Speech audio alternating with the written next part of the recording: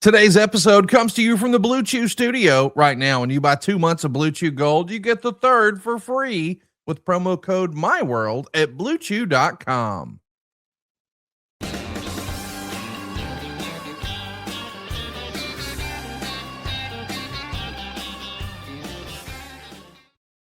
Hey, it's Conrad the Mortgage Guy, and you're listening to My World. And of course, we couldn't do it without the Hall of Famer, the greatest professional wrestler of all time, your friend and mine, Double J, Jeff Jarrett. Jeff, how are you, man? Connie, how are we doing? Happy Memorial Day. As we're recording this, it is Memorial Day. So happy Memorial Day. And if you're listening to this a few days after that, I hope everyone had a safe and solid Memorial Day weekend. Man, oh man, Conrad, I know.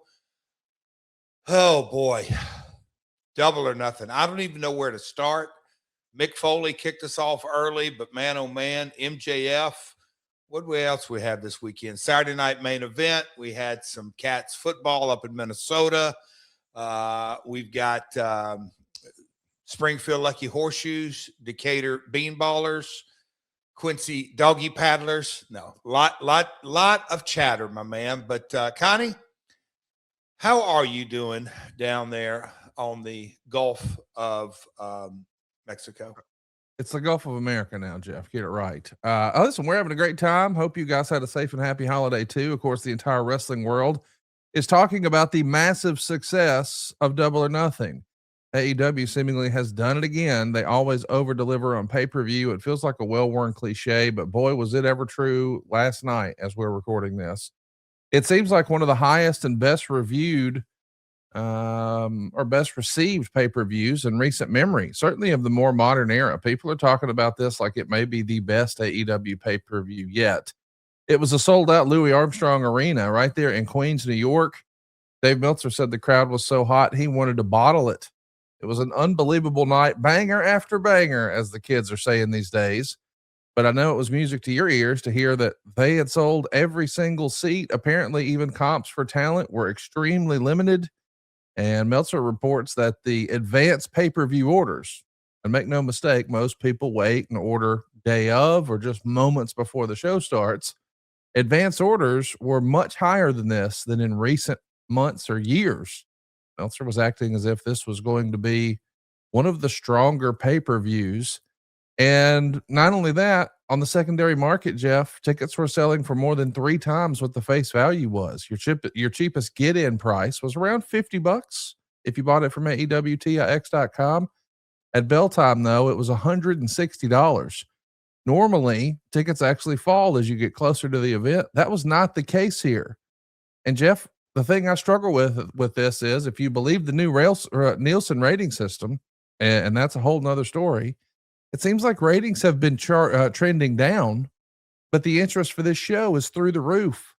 You saw some of this happen at different times, maybe the inverse of that with TNA. What is the business lesson in this to you, Jeff? What's your takeaway? How do you reconcile that? The reconciliation in this industry, that's a good jumping off point today, Connie.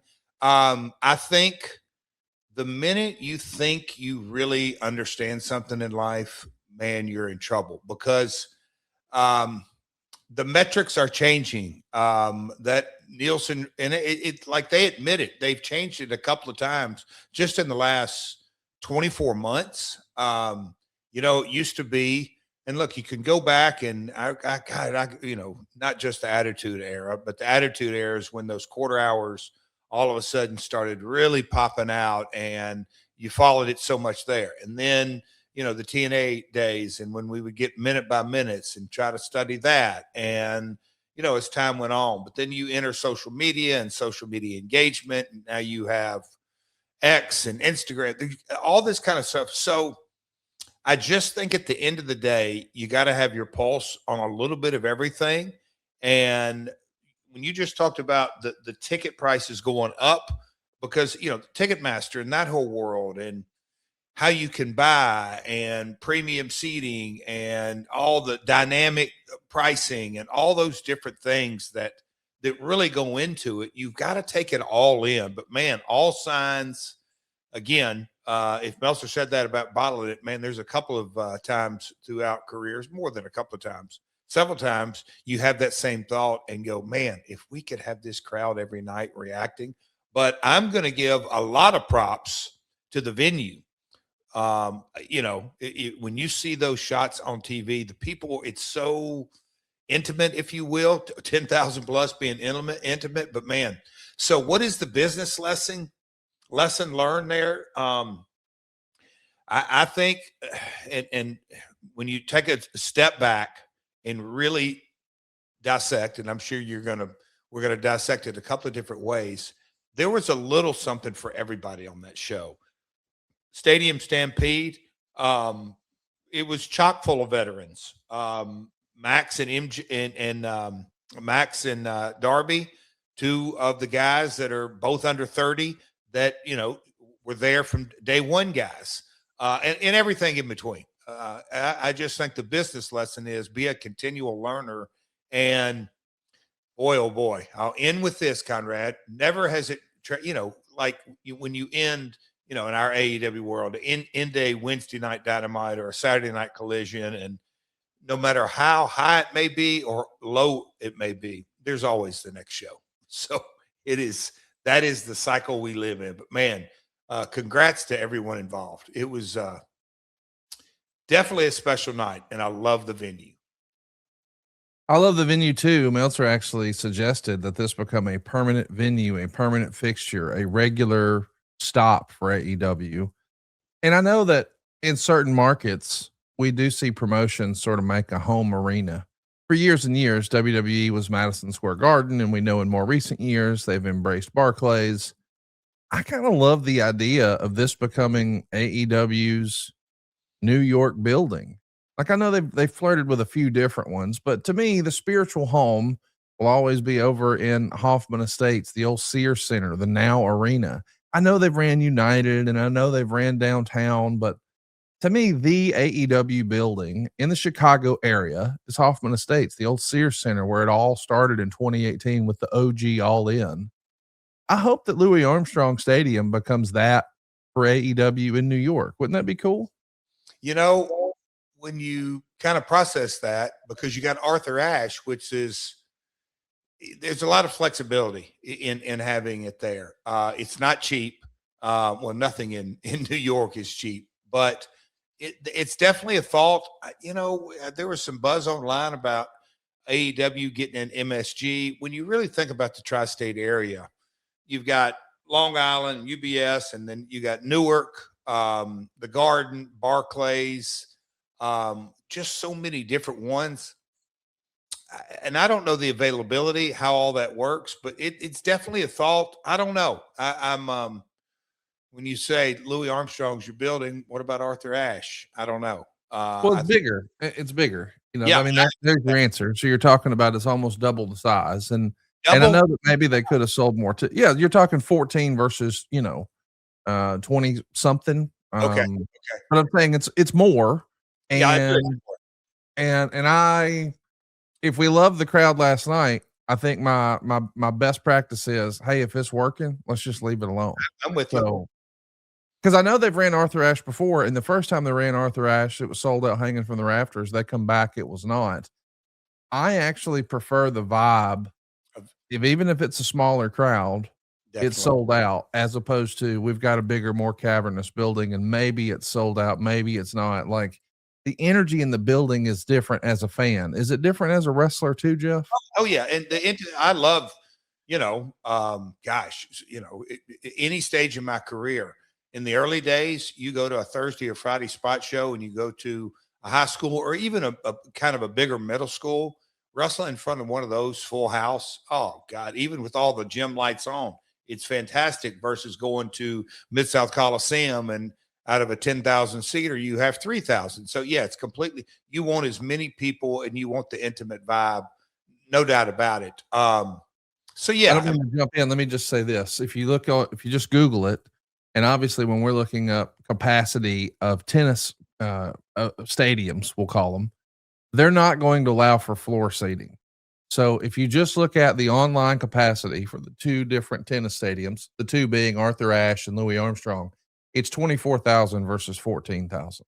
Wow. So it's not exactly double, but I'm saying so I know there's going to be some smart ass out there who says, well, if it's only 14,000, how'd they have 16,000? They had floor seats. So that's the difference. You can't have floor seats if you're running tennis matches. It's just a different thing. But 14 versus 24. So it's not quite double, but it is much larger. It's a jump. Yeah. Plus floor, plus 4. But anyway, I say all that. Look, when it took the dip, that second go around, anyway, it's Silico. We're arguing over split hairs. I love it's right there by LaGuardia. When you talk about a home, it gives a cool kind of feel. And I think Tony touched on that in the scrum and a couple of different times. You know, they ran the golf venue, beach breaks, the baseball. There's all kind of. I'm such a huge fan of getting outside of the norm. Wrestling fans, it feels differently. If you could do something, and I don't want to say first time ever, but just has a little bit of a different feel, it works. If not everything works, but a lot of upside came out of last night, I think, running in that venue. And he got the card. To me, it's the old 101, Robert Fuller or any other promoter. If you book a card that people want to see, well, guess what? Bingo. There's your magic. And the people wanted to see it. I think we got to give a little bit of praise to just the reputation AEW has on pay-per-view too, because I know that they sold out, more than a week in advance. And some people would say, yeah, but most of the card was announced by that point. And I'm not arguing that, but I am saying, I do feel like the hardcore wrestling fan, I mean, you want to talk about super serving your base. It is not a secret amongst hardcore wrestling fans. AEW pay-per-views are kick ass, and it's kind of overwhelming because there's so many matches and they're going to get so much time, and they're all going to try to play, can you top this from the very first match? They sold this thing out. And I know Meltzer was saying, and I do want to ask you about this later. We'll come back to it. But Meltzer was saying in advance of the show that he felt like the hair stipulation added a lot of value and a lot of intrigue. And I know that is something that I can talk to you about forever and ever. But I do think that once upon a time, WrestleMania, just calling it WrestleMania, you knew it was going to sell tickets. Royal Rumble, SummerSlam, it's going to sell tickets. I'm not going to compare any pay-per-view brands that AEW has built to any of those, including All In, just yet. But I do think there is an overarching, hey, AEW on pay-per-view rules sentiment amongst hardcore fans before they even announce matches, don't you think? When I started doing 0 Hour, and I think I did one, and then it was in the ring on one or two. But anyway, just kind of thinking through, I'll call it the analyst role, Conrad. And just at the end of the day, just really trying to process what's the outlaw, the positioning, and because you can break down matches and analyze this and analyze that. But at the end of the day, you have to really dial in, whether it's 0 Hour or whether it's Dynamite or Collision, when you're talking about the big event coming up, what's the positioning that I wanted to take? And I said it as a sincere, and I've stuck with it just about every time. Nobody does AEW. Nobody does pay-per-view like AEW, because when you dial into it, and nowadays I was saying that with not completely processing, but you look at a premium, pay-per-view / premium live event. The competition is doing 5 and 6 matches with that darn X account with all the commercial time, but it is radically different. And when it came on the air last night, 8 Eastern, you knew that Max and Darby, there was a really good chance they were going to be in the ring past midnight, because that is how the fans have been conditioned. And so when you say all that, I think you're right. AEW has built over time, established themselves. This is how we're going to present things. This is how we're going to dig into things. And I just think that Double or Nothing, yes, tickets sold itself. But look, we can come up in history, so many Starcades or Mania, or it doesn't matter, a TNA 10 pole, or it does a Ring of Honor temple, whatever it may be. That only gets you so far. But beyond that, you've got to have story. You got to have people engaged. One of the things, and I don't want to get in too far into it, but one of the things, Conrad, that as a promoter, and I don't know how intently, because we've all got a lot going on this weekend with NBA playoffs. I know I had all kind of screens. At one time, I had 2 iPads, the big screen, Cody's room, and my phone, checking different things. A lot of things, a lot of competition for our eyeballs. But I watched the AEW intently. Takeshita and Okada. What were they third? Early in the night when they faced off, and the people did no punches, no nothing, and the people came to their feet. That told me, okay, that they have bit into this story, and it's not the A story or B story. Maybe not. I don't want to disrespect anybody. Maybe, but they were really into that. So, again, yes, they built equity and pay-per-view.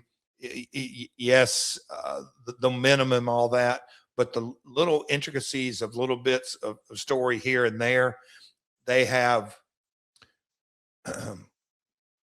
gone the other way that WWE tells stories in a very productive manner. And that is the success of an alternative or a challenger brand, in my opinion. Well, it's not an opinion. It's a fact that Blue Chew Gold is changing the way millions of men are having sex in 2026. They've got a brand new arousal boosting formula that's going to combine your passion and your performance into one tablet, and it dissolves under your tongue for super fast onset so you can start hitting your stroke. Hit her with your finish, boys and girls. And we're waiting for a pill to kick in. No more moments ruined by performance anxiety, just the results you want when you want them. Most ED meds only focus on blood flow, but Blue Chew Gold goes further by combining 2 ingredients for blood flow with 2 for mental arousal and connection. So you're not just physically ready, you're actually in the mood. This type of innovation is why Blue Chew Gold is the #1 brand in erectile function. The process is simple, and it's all online too. Get started today at bluechew.com and go for the gold. Turbocharge your love life and make it easy to get hard. Discover your options right now at bluechew.com. And we've got a special deal for our listeners. Right now, when you buy 2 months of Blue Chew Gold, you get the 3rd for free with the promo code MyWorld. That's promo code MyWorld. Visit bluechew.com for more details and important safety information. And we thank Blue Chew for sponsoring today's podcast. We are fresh off of AEW Dynamite, and Cage Match already has it rated 9.72, one of the higher rated pay-per-views in a long, long time. And the match receiving the highest marks is the one that you shouted out, Takeshita and Okada. It was second on the night of the main pay-per-view card. It followed the unbelievable story of Edge and Cope and Cage winning their first tag titles in over 25 years. What a hot start in New York to have FTR versus the former Edge and Christian. But Takeshita and Okada got a shout out from you. Was that your match of the night, at least in your opinion? This ain't going to come as a shock. I love the Stadium Stampede. It had a little, just the entertainment value. And I know that you can't have, 9, 10, 12 Stadium Stampedes. But when you have a Moxley match, you have a Takeshita match, you have that tag match that opened the show, and Beth, and just the bits and pieces. I thought the buy-in /0 hour, I thought those matches played the right role going into the show, just bits and pieces. So I just highlight the Takeshita in that this is, I don't know, and look, I'm not the historian, but in a lot of ways, when you see Okada and Takeshita, and it's not going to happen overnight, but just kind of the passing of the baton of the generational wrestlers. And I know, don't get into me about New Japan and Takeshita's career and Okada and all that. I just thought 2 megastars from Japan in NYC, and that is Okada's home now. And I just thought it was really cool how the people dialed into it, and the Kyle Fletcher bit on the end, but those 2 guys working their ass off. It's one thing for a kid like myself growing up in Hendersonville, Tennessee, and getting to, be on a huge show. No matter if it's Los Angeles or New York, Chicago, it's a big deal. these are two kids that grew up in Japan, and they come to America, and in a lot of ways, standing on the biggest stage of all, and Louis Armstrong, sold out crowd. It's very heartwarming.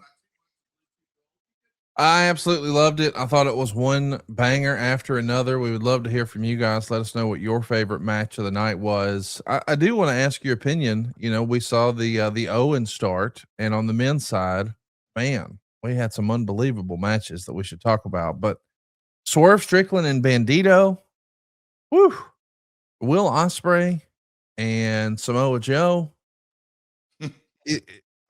This feels like, this was almost like a WrestleMania type card on some level when you're just thinking about match quality. Every now and again, we'll see a pay-per-view and there's some let me up moments, I think is what Bruce used to call it. If you were there live, you may say, hey, now would be a good time for a bathroom break. That was really tough with this show. Who else would you like to heap some love on? I'm sure there was something else on the card that caught your eye that you want to shout out before we move on. How I feel all in all about tournaments. And I think I always, doing my world, the podcast, and I've gotten different questions, and, there's a lot of the talent. I don't even want to say just getting started, but different talent from time to time to pull me aside and like, hey man, you're not a tournament guy. And I go, I almost have to clarify that.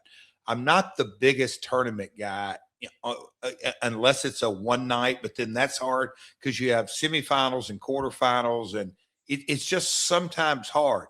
To me, now that the Owen, again, time takes time. And now that it's established that you start the tournament, you're going to have the matches, you're going to have the winner at the pay-per-view, but before All In. And when you have that sets them up. There's a pathway, years ago, winner of the Rumble. Now, they get their shot at Mania. It's those kind of stakes.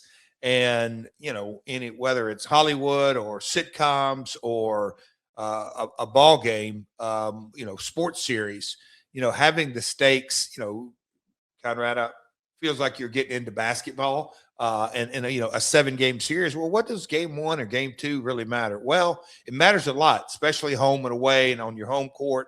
I just really liked the stakes that you have this jam-packed card of Double or Nothing, but Will Ospreay, and Swerve have started their journey really to the August pay-per-view. Let's see where that goes. And I know that's just 2 of the 4 quarterfinal matches. 2 of the is that right? 2 of the 4? Yeah. Anyhow, Bandito's a guy that has, as you said earlier, banger after banger. On paper, Swerve, Bandito, you go, how's it gonna fit in on this card? Well, I'll be damned. Hats off to both of them, man. The card is stacked. When you look at the top to bottom, to go back and pull yourself back, complete lens, everybody stepped up, but man, it's not hard. The competition, and this is what I've said 1,000 times on this podcast, the wrestling business may be scripted entertainment, but the competitive nature, boy, it shined through last night. One of the things I thought stood out to me last night is, there is a criticism that we hear a lot online, and it's from people who are, for whatever reason, not AEW fans. And they always seemingly pull back to, well, they don't tell stories. It's just matches. But then you see that promo before the pay-per-view with Mick Foley and Darby Allin. You want to talk about connecting and it being an emotional, it was an amazing moment. And that happened before the show even got started. And then we finished the show. And by the way, the first match, well, what a great story this is. If Cage and Cope don't win, they'll never team up again. So is this the end of that tag team, or is it what we got? The first time that one of the more beloved tag teams in the New York area wins the tag titles, probably for the very last time, and in New York. And then we finished the show after a pretty fun Darby Allin MJF match with some crazy bumps. But Kevin Knight, the intrigue, the cliffhanger, where the hell does that come from? I think the emphasis on story was big last night. At least it was to me. Now I know that some people would argue, oh, they're not hitting us over the head with it. Well, I for one am thankful for that.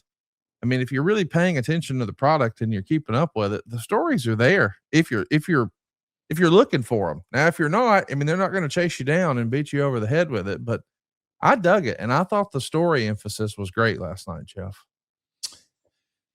In my household, Karen, she loves her type of shows. And Conrad, I'm a documentary guy, something based on real life. I'm okay with the biopic, but Karen, fiction, nonfiction. I'm a nonfiction guy, and love my sports and all that. There's people, and again, I'm a huge fan of tribalism. I want you to scream at the top of your mountaintop, what you like and don't like. That's the beauty of this business, but it's not for everybody. But you just said something that I think is the key to it all. If you're looking for the story, you'll find it.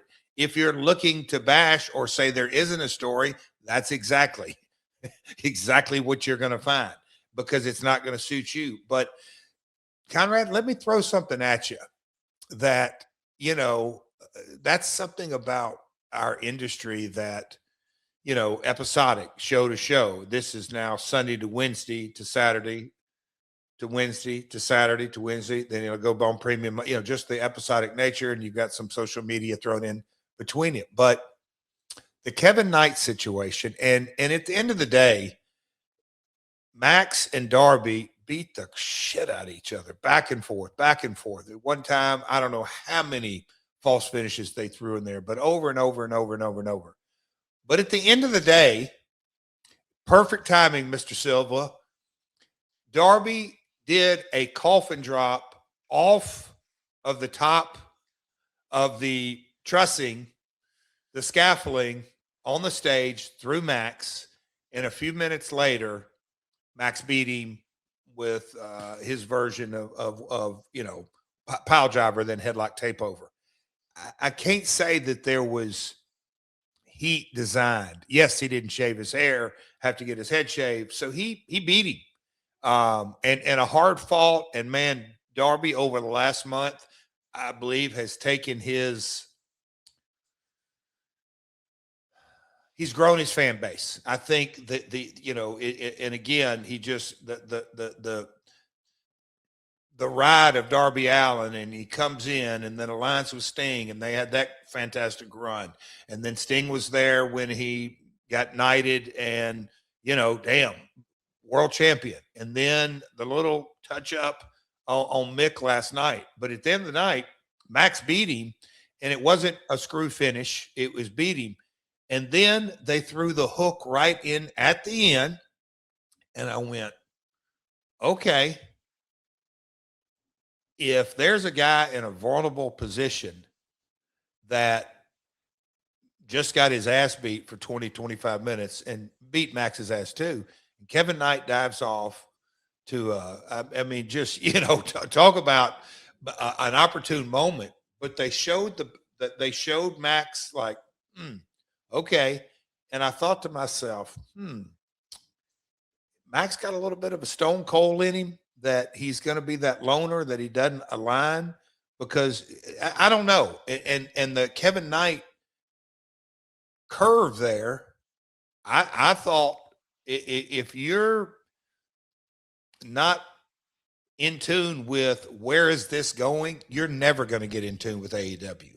I thought that was very well done, that they left a lot of questions that people want to, they're going to want them answered.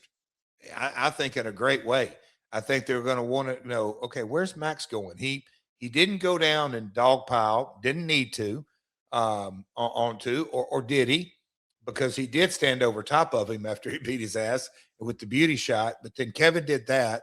Anyway, a lot of good questions coming out of it. So that's good for Wednesday.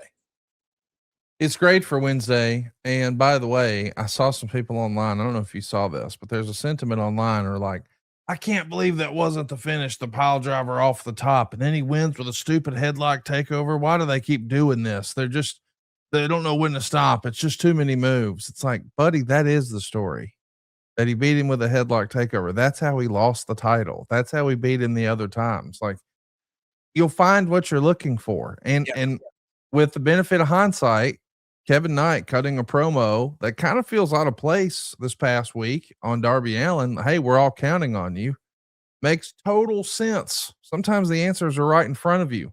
And that's certainly the case for our next sponsor, Quo. You know, I'm always looking for ways to stop leaving money on the table. And the biggest one, if you're a small business owner, missed calls. Because a missed call is money out the door. Quo helps you and your team share one business number, reply faster, and stay on top of every customer conversation so you never miss an opportunity to connect. That's why today's episode is brought to you by Quo. It's spelled Quo. It is indeed a smarter way to run your business communications. Quo is the #1 rated business phone system on G2 with over 3,000 reviews, and that's because Quo was built for how modern teams work. And that's why more than 90,000 businesses, from solo operators to growing teams, all rely on Quo to stay connected, professional, and consistently reachable. Quo works wherever you are, right from an app on your phone or computer, and it lets you keep your existing number. You can even add new numbers or teammates in minutes. You can sync up your CRM, and you can even rely on seamless routing and your call flows, all as your business scales. Here's what I mean. Your entire team can handle calls and texts from one shared number. Now, what that means for you is no more missed messages or disconnected conversations. Everybody on your team is going to see the full thread, and it's going to make replies faster, and customers feel genuinely cared for. Quo isn't just a phone system. Think of it as a smart system. Quo's AI will automatically log the calls, generate summaries, and highlight next steps so nothing ever gets lost. By the way, it can even qualify leads and respond after hours, ensuring that your business stays responsive when you're finally offline. By the way, this is easy, and it's never been easier. We're talking calls, texts, voicemails, transcripts, and contact details all in one live, clean view. With full context at your fingertips, I'm telling you, your team will communicate faster, stay aligned better, and deliver a more personal experience. Make this the season where no opportunity and no customer slips away. Try Quo for free, plus get 20% off your first 6 months when you go to quo.com/myworld. That's quo.com/myworld. Quo, no missed calls, no missed opportunities. Hey, let's chat a little bit. We know we've got a one hell of an AEW pay-per-view in the rearview mirror. We know that there's Forbidden Door on deck, but Jack Perry had a big stunt that actually got a shout out. After the show at the media scrum. Tony Khan mentioned that the app Citizen actually sent out an alert about a bus crash during Stadium Stampede. He wrote, quote, "I believe Jack is the first person to get the cops called on him for crashing a car in wrestling since Hot Stuff Eddie Gilbert hit Jerry Lawler with a car in Memphis in 1990. So I thought that was pretty cool. I don't know why it tickles me though. This shows you what sort of a super fan Tony Khan is. It's one thing to have a crazy stunt like that built. It's another thing to respond to it being on, sort of mainstream apps, but to draw the connective tissue to an obscure angle in Memphis in 1990, the dying days of Memphis. This is peak Tony Khan here, is it not? So I got to ask you, tell me about the Citizen app. Is that AI or did somebody actually maybe text? Someone in the New York area reported a bus crash, and people in the New York area got a push notification that there had been a bus crash. That alone is classic. Oh man, Conrad, only this industry. But yes, TK, we've had conversations about many of Saturday mornings going on and this angle and that angle. And I've shared the story a couple of times on a plane ride when he was asking me about Austin Idol. Tony knows his Memphis history. Unbelievable. Well, not just Memphis. Let me back up. He knows his wrestling history, but yeah, he recalled that quickly. So, yep, the switchboard lit up at 1960 Union Avenue, Memphis, Tennessee, back in those days when Eddie Gilbert and Lawler, and wow, there's the butt crash. Now, I don't know. My goodness. Luchasaurus and Jungle Jack, they need to be careful. Was he in the bus? I know Jack Perry was, but was Luchasaurus in the bus? Wasn't he just on the front row? I don't know. I thought he was in the front row wearing a wig, which was hilarious. Now, I did get a text from a wrestler friend of ours, and I won't say his name, but that wrestler friend of ours was not a fan of Stadium Stampede. And I don't What? know why, but I was like, how could you not dig that? Like, I know that sometimes wrestling can be a little cute, and maybe he didn't like the cuteness, but that's what this thing's supposed to be. But there was a report from Mike Johnson that said that, hey, brawling through the crowd was something that the New York State Athletic Commission really put the kibosh on.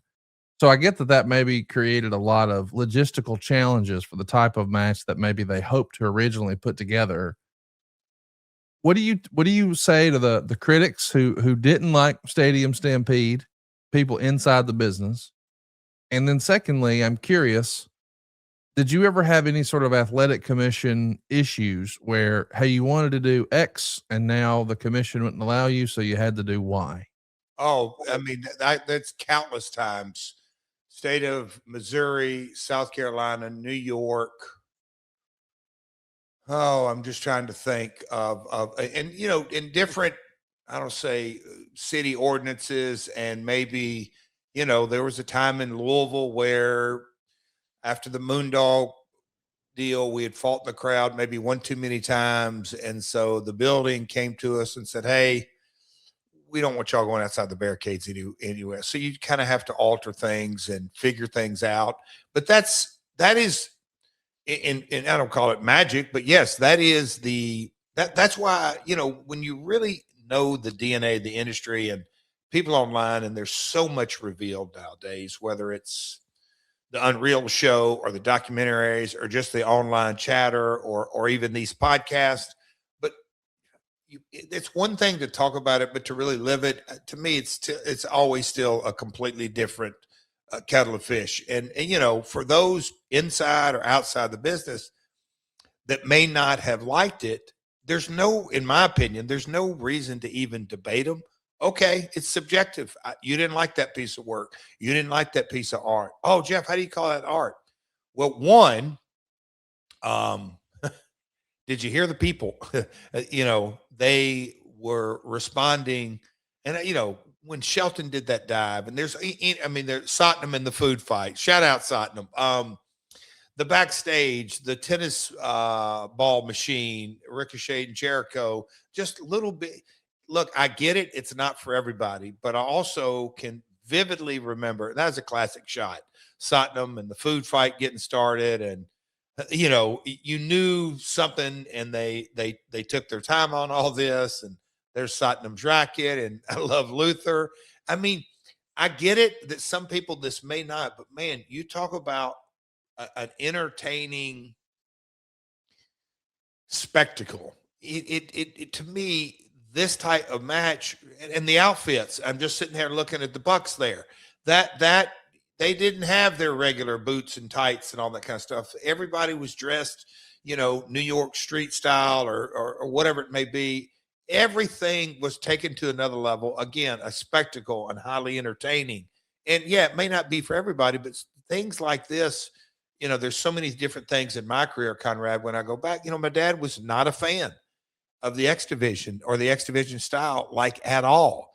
And he would give me, and I don't do if I had whoever, Bruce, whoever does a good Jerry Jarrett impersonation, I'd feed him the lines. But he's like, son, why are you doing this? And I'm like, just for a second, take a pause, listen to the people. Yeah, but where are you going with this? Okay, just give it a little patience, Dad. Same with folks that true Lucha Libre in Mexico may not be their kettle of fish. And then, there, and I get it. There are some people in today's world that love WWE style. They want to watch a match and then wait 10, 15 minutes. There's obviously an audience for that because they're printing money, their stock's doing just fine, and they're rolling along, and you can have a Saturday night main event with 5 matches, and that's just fine. It's just stylistic. But that when you, to me, the Stadium Stampede, and Conrad, you may be able to help me here, but the yin and the yang of that card last night, Okada and Takeshita, they did go outside, but Callis stopped them on the pile driver. But that was about as pure a wrestling as you're going to get. Yeah, because there weren't any huge. Both guys' English is their second language, so it's not like there was a massive amount of promo work going into it. It was two guys fighting to be the best, and then you have Stadium Stampede, and that's 14 guys. And I think their number one agenda was let's just go entertain the hell out of folks and beat up people as much as possible, and kind of surprise folks here and there, and the cameos. That's why I love it, man. When you can get a match like that really over, it speaks volumes, in my opinion, Connie. When you can have a match like that, it really get over. To me, it speaks volumes for the promotion as a whole. It's widely accepted that, okay, it just pays huge dividends. Stadium Stampede. Remember, there was one in last year in Phoenix. You go back over the history of them; they've had different things along the way, but and we're probably going to say, "Oh man, it's hard to top it." Next year, they'll top it. Well, let's talk about Mick Foley. I think the entire wrestling world was kind of shocked to see Mick Foley announce that he was going to be a part of this show. He got a hero's welcome. He was moving down the ramp better than we've seen in a long time. And we saw MJF kick him in the nuts. We saw him give a really spirited promo of inspiration to Darby Allin. And it feels like the entire wrestling world is asking the same question. Is this going to lead to MJF versus Mick Foley? Those seeds have been planted that a couple of years ago when Foley was thinking about doing one last match, he wanted it to be against MJF. It's also no secret that more than 10 years ago, more than a decade ago, John Moxley was calling out Mick Foley for some of the dangerous stunts he had in wrestling and said that it had, you know, inspired negativity within the wrestling space. And it felt like it was going to be a match. And we know from Mox's book that was the plan, but it didn't happen. If you were a betting man, you think we see Mick Foley wrestle inside of an AEW ring? I mean, okay, you just said if I was a betting man, there is no way in hell I would bet that he's not going to pay this off in something. Mick, we've known each other 40 years, 39. Yeah, no, 40 years. Yeah, 39. And he is a lifer, and what a career and what a journey. You know, when you look at a guy that just, man, there, that photo right there that we're watching. And if you're just listening right now, please join us on YouTube, because our crackpot producer, Silver, Mr. Dave Silver, he really captures images as we go along on this. But that is a really cool shot right there of Mick. He has dropped weight. You can tell, and I know Mick better than most, but he is intently engaged in this segment. Yes. And he's a storyteller. And look, you know, again, my experience tells me, and it goes back 3 generations, like Jackie Fargo literally drew money in this territory. And I know but it's a different time. But anyway, because he could tell stories, because he could talk, Mick's going to be able to capture emotion as long as he can breathe. Can he have one last match? Hell yes. He absolutely can. And I'm here for it, but I'm more here for the story on how we're going to get there, and the promos and the meaning and the emotion and what goes on into it. I can see Mick doing some Rocky training videos. There's so many things you can do that are going to be heartfelt. He gave his daughter a shout out. I know Dewey. I know his kids. There's things to bring in family. There's things, you know, he did that famous rock thing. Who is your, you know, tell us, you know, your life story. Boy, Mick's story, and driving from Long Island to Pittsburgh just to train and then turn around and go back home. And, you know, he did enhancement jobs for WWF, and then went to Tennessee and Dallas and WCW. And now he's back on TBS, and because TBS was his first national exposure. And then, you know, he got hired in Mankind and Undertaker. I mean, I know his career inside and out, and just the ups and downs. What a journey. If you're a wrestling fan, and I mean this sincerely, if you're a wrestling fan over the last 20, 30, 40 years, is there an individual that's walking today that has the the career that you would want to see one last match, because you got, Rick's already had his. Hogan's no longer with us. Austin, for whatever reason, I get it. Rock is a movie star, but you're kind of getting into that era of who were the biggest stars of the Attitude Era. And no matter, I'm not one to live in the past, but when you really look, it was not just Attitude Era. It was the golden age of cable television. It was before streaming and before not just kids, every person in America. It went from having about 20 or 30 or maybe 40 channels or options to now it's unlimited. And Steve Jobs came along and unlimited music and an unlimited content. It was just a different era. Mick is standing tall. And so I think the opportunity to really, really, really bite into MickFoleyLastMatch.com, it's coming, and I'm here for it. It is interesting to take a look at his history. If you cruise on over to Cage Match, you'll see that on March 22nd, 2010, so over 16 years ago, he lost a loser leaves TNA no disqualification match. The person who sent him packing, the Last Outlaw, Double J, Jeff Jarrett.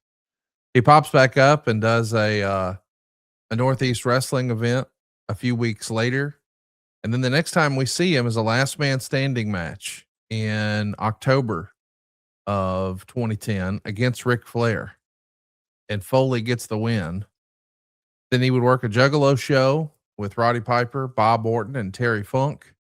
And then Royal Rumble 2012 was the last time we saw him in what we would call a regular match. Now, we did see a little bit of physicality over Sandman's last match when he wrestled the Invisible Man at Joey Janela's spring break this past WrestleMania weekend in Las Vegas. I'm with you. I think we're going to see Foley back, and I'm looking forward to it. And listen, I also want to put people up on game about mud water. Are you one of those people who loves coffee? You like the taste, you like the smell, the whole ritual, but man, that caffeine sends you into sort of an anxiety spiral.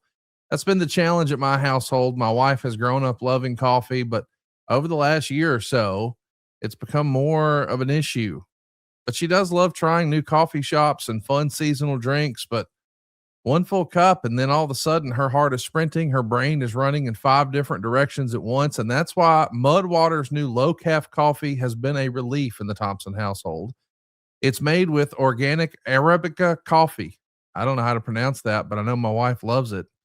I also know that it's got functional mushrooms like lion's mane. And how about this? It still tastes like actual coffee. And it's enough to still feel awake and dialed in, but you can do it without the jitters, without the crash, or more importantly for my wife, without the emotional roller coaster.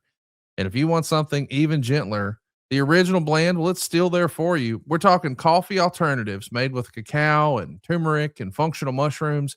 It's warm, it's grounding, and it's perfect for days when you want energy without the buzz. This is for real coffee lovers who just don't want to handle that heavy caffeine anymore. This is the version of coffee that a lot of people don't know exists. It's got the real coffee taste. It's got calmer energy, no spiraling thoughts. I also want to mention that every single ingredient in Mudwater is 100% USDA certified organic, non-GMO, gluten-free, vegan, and kosher. It's also 0 sugar and no sweeteners added, and that is exactly what Mrs. Thompson is looking for. Every ingredient in Mudwater serves a purpose. We're talking organic ingredients for a clean, natural boost. But you've got Mudwater's smooth, earthy flavors that provide a delicious and natural source of energy. The new coffee sits at 45 milligrams of caffeine because research shows that low doses support focus, mood, and reaction time, minus the crash or anxiety that comes with a full cup.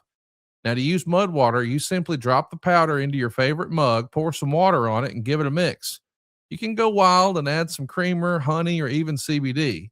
But most decaf is made with chemical solvents, literally the same stuff found in paint thinner.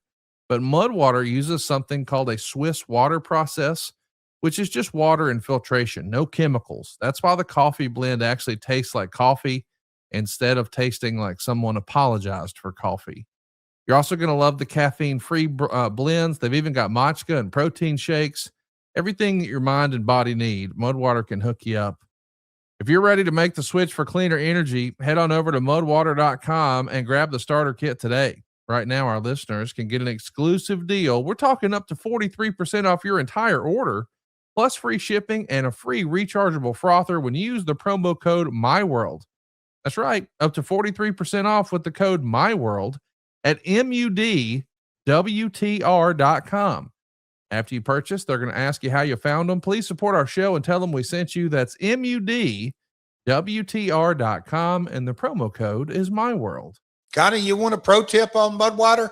Let's do it, Big Daddy. A lot of folks, and I'm not one of them, but the queen is that wants just a little bit of a boost. Let's say 2, 3, 4 o'clock in the afternoon. Mudwater is your way to go. She did the research, then she passed it on to me in her one of 10,000 texts that I receive every day. But she did the research and she said, hey, this is for me.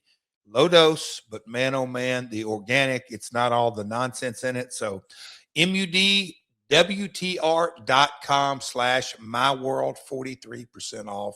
Tell them the queen sent you. You're going to love it. Use that promo code MyWorld at MUDWTR.com. Hey, let's talk a little bit about WWEID changes. Now, this is interesting because you have kept up with what's going on in the independent world. And once upon a time, you made regular appearances there. You used to promote shows there. So you've got your finger on the pulse of not just what's happening in AEW and WWE, but on the indies as well. Well, WWE has certainly been making an impression with their WWE ID program. As a reminder, this is basically a program, to the best of my understanding, that was rolled out a couple of years ago for a relatively nominal amount of money.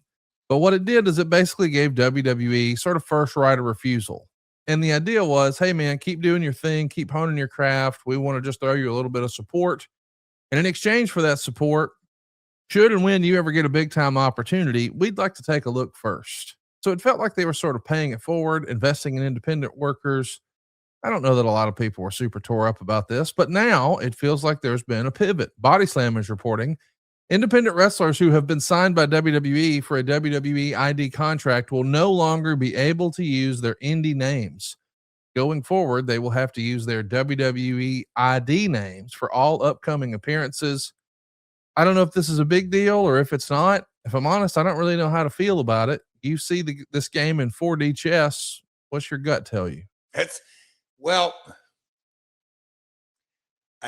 Conrad, and this is where I don't know how deep we are into the episode, but man, we could end up getting a real rabbit hole because I don't think you can singularly pull this out and just analyze this because it's dealing with the entire, we'll call it talent, not just development, but the entire talent developmental from ID all the way to the main roster. And so you're telling me they're saying, hey, we're going to pay you, because aren't those deals basically $1,000 a week? So we're going to pay you $1,000 a week. Less. Thank you, sir. Okay. So we're going to pay you $500 a week, whatever it is, but it's not enough to eat on. Okay. Thank you, sir. All right. We're going to pay you this, but you have to change your entire career. Yes. That's where as you were reading it off, I'm thinking, and Conrad going to hit me with something? Am I hearing all this right? So we want you to change your entire trajectory of your career for a couple, in this day and age, a couple of gas takes of gas. And wait a minute, what's that? But I think it goes in the totality of, hey, legend, hey, main eventer, our economics have changed. We need you to take a pay cut. Hey, folks going to the negotiating table, if you don't like this offer, get out. They have pivoted, and you're the historian on UFC, but it feels like, again, this is just a very, very small trickle-down effect of how TKO is running their business from top to bottom, in that they are positioning themselves that they have not most of the leverage, all of the leverage, because I can't think for the life of me of why an independent guy says to himself, I'm going to hand over the keys to my career to a brand name I don't know, an IP that I don't own, and I'm going to build that for $500 a week, and I know that's higher. I'm going to build that when they just don't stay the course and build it and build it and build it. In the best case scenario, they go have a run in Mexico and establish a name, go have a run in Mexico, establish a name, maybe have a run on the independent scene, maybe do a couple of different weekends or longer than that in the UK and build that name. And you know what? I'm going to kind of build myself up, and I won't call it a bidding war, but I'm going to create value in this day and age where, and I've said it so many times, it didn't exist. You have social media talent. You really can control your career. You just don't have to worry about headlock takeover, although that won last night. But it's about creating the damn, Conrad. I'm sitting here thinking to myself as I'm saying all this, talent has more say in their individual careers than they ever have, but yet they're going to throw the keys to WWE because I got to get into the system, because that's where Obi made his start. And I don't know. I'm trying to come up with examples that you got to get in on the ground floor. It's again, I'm very blessed that I can look at this business as a, entertainment business or the acting business or whatever it is. It's entertainment. You just can't go into one school and figure this out. That's interesting, dude, man. That is. So if it's, let's just, good Lord, Conrad, 20, less than 20 grand a year. Whew. Okay. And I look for people that want to take that risk. Remember that scenario we went last week on the 4 different contracts and paid and the length and the term. I get it. It's going to be for some people, but I think you're shortchanging yourself. By the way, I know you don't have a chance to keep up with all of my crazy podcasts every week, but I did that same exercise that I did with you last year. As a reminder, it is in the archives, but if you paid attention to last week's episode, we offered Jeff 4 different contract offers, and we asked Jeff, if you were a youngster and you're at the front of your career and you're trying to get noticed and you're trying to move up, and you had offers, and they were varying positions on the card, varying years of contract lengths were different, but also the actual contract value. How much doggone money are you making? So we talked about the cash, the creative, and the term, and also just the positioning on the card.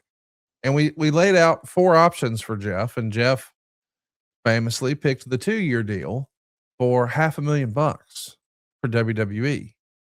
I did that same exercise last week with JBL. Do you want to guess which one JBL picked? He took the money, the biggest dollar offer. He took the smallest offer. He took $100 grand for 8 years and let's go to Japan. And I was shocked. And the rationale and reasoning was, hey, if you're a top guy in Japan, you're going to have opportunities everywhere else. I thought that was interesting. And I'm going to volley it your way and let you respond. I want to make sure that I remember my option versus his option. You picked $500,000 for 2 years with WWE as an enhancement talent. Yeah. He picked leader of the Bullet Club, main event, $100 grand for 8 years. And but 8 years. 8 years at $100 grand, but he's on top. And I went 2 years. You went 2 years at $500,000. So you're going to make $1 million in 2 years. He's going to make 800 grand in 8 years. But you're looking at the lights on Netflix, and he's holding the belt up high at the end of a New Japan show. That's interesting. I thought so too. There's no wrong answer, but it's like, go ahead. Here's 2 legends of the business who have totally different views on it, and I was fascinated by that. So, and he's a finance guy like that. Yeah. I mean, what I'm clicking through in my head is that, and again, we didn't really clarify, and I didn't want to get into that because I can talk everything to death. But at what age, is it? I think we said, to me, if it's entry level, getting into the business, if you're, we guessed you were late 20s. That's So Conrad, and he went 8 years on top. in New Japan at 100 grand a year. And his thought was, hey, this is the long game. I want to make this my career. And I know if I'm a top guy over here, I'll be able to. And Yeah. that is accurate. Like he would have been able to walk into a good situation with WWE or AEW or TNA at that point. But we didn't. I mean, I know we're having fun with it, but hypothetical, what's that pay scale? Also, 8 years in Japan. I think everybody, and we've kind of talked about this. How many bumps do you have in your bump card? The wear and tear on your body in Japan versus wear and tear on your body in America or Mexico. Anyway, a bunch of factors, but not to get into the nitty gritty. He was okay going and getting chump change, but for 8 years. His head taken off, dumped on his head, week in, week out, working the stiffest, roughest style for 8 years because he knew, hey, if I survive, I'm going to make a lot of money and be positioned very, very well. And by the way, I think he's right. Like, I would love to poke holes in that and just high five Jeff Jarrett, but it's like, you know what? And I get it's risky, but take a look at the money guys like Okada and Will Ospreay and Kenny Omega are making now relative to, and I'm not privy to their tax returns, but I'm saying New Japan couldn't have been paying them nearly what they're making now. I don't think that's the secret. Like the economics just aren't there for that business model. No. So being the top guy in New Japan, this is another income bracket to even not necessarily be the top guy in AEW, but you're moving up quite a few notches enough. Like if you're Okada, you're like, we're moving to America. So I get it, but it is a different way than I think you would have tried to get there. Well, and what's fun to really think this through is, we talk about creative being subjective. Obviously, business it is super subjective because, as you're saying that, I can hear John's rationale, even though I don't have to agree with it. I also, when I look back on my career, Conrad, during that time frame, the different contracts I had with both companies, and we've done the biggest what ifs on here, and in my career, as far as career, I don't have regrets, man. When I think through the opportunities and things have transpired, there's some personal things. I didn't grieve Owen. I didn't grieve Jill. I didn't, and that's, I guess, more in a personal thing. But as far as the career positioning, and maybe that's in my DNA, the entrepreneurial spirit from my grandmother and my father is betting on yourself. And as I say that, I'm betting on myself after 24 months, and he's betting on himself after 96 months. Damn,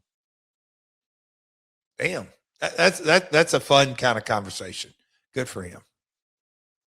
Another fun type of conversation is how much ass you can kick in these brand new perfect jeans. I don't know if you've seen Double J making any of his appearances lately, but my man's looking better than ever. He's also been training harder than ever, and the perfect jean has solved his frustration. And if you're a guy who trains, or maybe you've got some thick thighs, let me just go ahead and tell you, the perfect jean is made for you. They're perfect for guys with an athletic build. They actually fit your body the way it exists right now. Your quads, your hamstrings, all of it, no matter what you're doing. It's going to feel as comfortable as your training gear, but still iconic and stylish. You're absolutely going to love the perfect jean. And most importantly, you're going to love the way you look in them. You're going to love the way they feel on you. I mean, I don't remember there ever being a product quite like this. We've all been in uncomfortable, stiff jeans before. And we used to joke like, hey man, Chuck Norris must have those karate action pants. That's what these are. You can actually move in the perfect jean. You can squat, you can bend, you can sit, you can live life without feeling like your nuts are going to get crushed. Jeff Jarrett's been up on this for years. He loves the stretch. It's going to be forgiving, but also avoid looking sloppy. They're going to snap back after you sit. They're not going to stay stretched out and baggy by the end of the day like every other pair that you own. You're going to look good all day long. Matter of fact, we need to tell Brock Lesnar about this. Maybe he'll quit showing his ass on TV. The Perfect Jean is a fantastic product, but even better than that, I was expecting it to cost a whole heck of a lot more. Like good quality jeans, if you go to the mall, what are they? Like 150, $200? The Perfect Jean is a great value at only $79. You're absolutely going to love this. It's going to be like an aha moment, especially this time of year when most people are running around in cardboard jeans that are uncomfortable and cut their circulation off or dig into the guy between his legs. Not the Perfect Jean, dude. And not only that, you're going to get compliments because you can wear this on TV. You can wear this on an airplane. You can wear this when you're making a surprise return and F fine over Femi. You can do it all that with the Perfect Jeans. You got to go try them out for yourself. You're going to see the same thing over and over again. Hey, these are as comfortable as sweatpants. You're absolutely going to love the Perfect Jean. Our listeners right now can get 15% off their first order plus free shipping at theperfectjean.nyc, or just Google the Perfect Jean and be sure to use Jarrett 15 for 15% off. That's JARRETT 15. Jarrett 15 will get you 15% off. And you know what, Jeff? We've bragged about the fact that you love the Perfect Jean for a long, long time here on the program. But this past week, we actually saw you in Minnesota. We saw something called Brawl at the Ballpark. Let's take a look. I'm glad we cut it off right there. We didn't need to see any further footage. Here's what we know for sure. Jeff Jarrett did not split his pants. Did Brock Lesnar split his pants on Monday? Yes, he did. Why didn't Double J split his pants? Well, first of all, he's a much better athlete. It's worth a Google. He's still got records for Henderson High in basketball. I don't see Brock Lesnar's name anywhere there. I've checked twice. More importantly than that, the Perfect Jean. He can make you look good too. Just use that promo code Jarrett15. That's JARRETT15 and get your hookup on the Perfect Jean. Jeff, how fired up for you, man? Brawl in the Ballpark. This is going to be fun. Just to dovetail on that, you're right. The Perfect Jean was in Minneapolis, but a lot of fun, man. How about that, Connie? And old Sotnam, he stole third. Literally stole third, but Connie, it was about 51 degrees that day. Got off the plane, left Nashville as 90, landed in Minneapolis. It was freezing, but yes, I love the out of the box, and it isn't completely out of the box, but for AEW it is, and kind of walk through the site where the ring's going to be. But that's a good, major league team welcomed us, and I know from the owner on down at the Twins, they're very excited about the opportunity, and drops right in there in the Twin Cities. And I know the teams and the players and the Astros were the opposing team. So everybody got into that, and top flight homeboys, literally from Minneapolis. So it was a fun night, very fun night, Connie.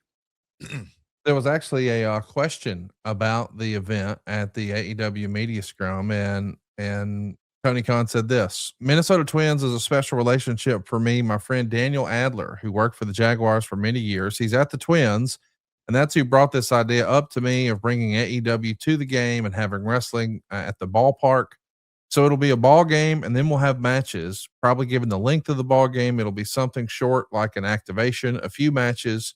It'll be something really fun, and it'll be our first time doing something like this, but having an amazing Fairway to Hell event. Looking forward to Brawl in the Ballpark. That's going down at Gate 34 post game after the 7:10 Central matchup between the Twins and the Angels. Brawl admission is free with your game ticket, and this feels like a special place for Double J. I mean, you've been doing wrestling in baseball stadiums for what, 20 years? Maybe more than that, but yeah, they've in this Target field, they got a great area. It's it's out in right field. Some folks used to call it party decks and something like that, but it's a great area. It's big, expansive. They got stairway that they probably do some entrances from. So I'm glad that TK mentioned it at the scrum. And yeah, he said the Fairway show, and I know we've got a July show. And again, I said it earlier, I think we'll call them out of the box or non-traditional venues, arenas, locations. We've talked about it so many different times. WCW, Club La Vila. There's been throughout time, it's always cool to get outside of a four-wall deal, and this is going to be it's going to be one that to me, I think this is the kind of the launching spot of, I think it's cool how Tony discussed openly, those major league franchises, the relationships run deep. And I think Tony mentioned it a couple of times. And that's what it's about. I mean, his family with the Jags and Fulham. And again, those relationships run deep. So why not leverage them in every aspect you possibly can? Hey, let's talk about somebody else who's leveraged everything as much as they can. Of course, I'm talking about Danhausen. There was a town hall last week, and it was revealed that Danhausen is now the number 2 merch seller in the entire company, behind only Cody Rhodes. This happened after what a lot of people felt like was a disastrous debut at Elimination Chamber, and 6 weeks later, he's setting records. And that is on everyone's radar, including The Godfather, who says, "Hey, this is showing how wrestling has changed." Quote, "The day of the big 6'7", 300-pound wrestler is now over. I think with the indie scene and everything going on, I think now wrestling is more normal looking people instead of the big guys. And I have nothing against him. I've met him 4 or 5 times as Papa Shango. He's very respectful. I wish him the best, man." That just goes to show you how wrestling's changed. Now the number 1 merchandise seller is a voodoo guy. I wish I was around right now. First of all, let me just say, I love me some Godfather, one of the coolest guys that was ever in wrestling, and a Memphis OG too. But the thing that made me laugh on this is, hey, one of the top guys in wrestling is a voodoo guy. Lord bless him. As many times as I've seen Danhausen, and I know I should have, never did I ever allow it to cross my mind that he's a voodoo. I just immediately steer into the comedy. And I get that, okay, he's cursing people and he's going to distract them with teeth. And I understand all this, but I am saying the way Papa Shango was presented as a kid, I remember as a young fan, hey, I was not so sure about Papa Shango. That was a little scary to me. Danhausen's scary to no one. What do you think of Godfather's comments here? In a lot of ways, he's like, I think I thought it was, because man, you get next to old Charlie Wright, and he's a big dude. I remember in Memphis, I was just like, because him and Taker were big buds, and they came in here, and this is where they met, and they were both 6'7", 300-pound guys that were athletic, and just old Charlie had very little training when he got here.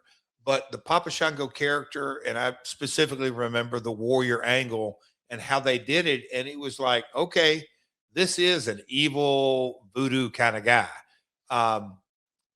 To me, I hate to bring this up, Conrad, but were you a Wizard of Oz fan? I mean, I saw the movie. My mom had me watch it when I was a kid, but I wouldn't say it was something I was on repeat with. No. So my daughters, this family has always been huge Wizard of Oz. I mean, just and Karen and Wicked. I mean, but it's generational around here. I say that to say there's the Wicked Witch and the Good Witch, Glinda the Good Witch. I look at Danhausen as he's the good witch. Yes, he is, and so he's fun. He's up, but man, congrats to him, the number 2 seller, Conrad. And through the years, Austin sales and Cena sales, when you're barking up in that high level, it's just resonating. And again, it goes to show you the emotional connection that you can get by,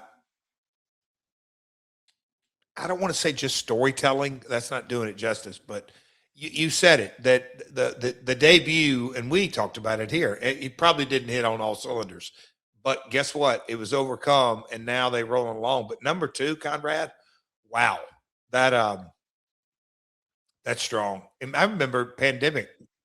You were the first guy that told me kind of about, hey man, he's setting the woods on fire from a merch perspective. I know you're going to be interested in this. And then here we are today talking about it. But, Charles talking about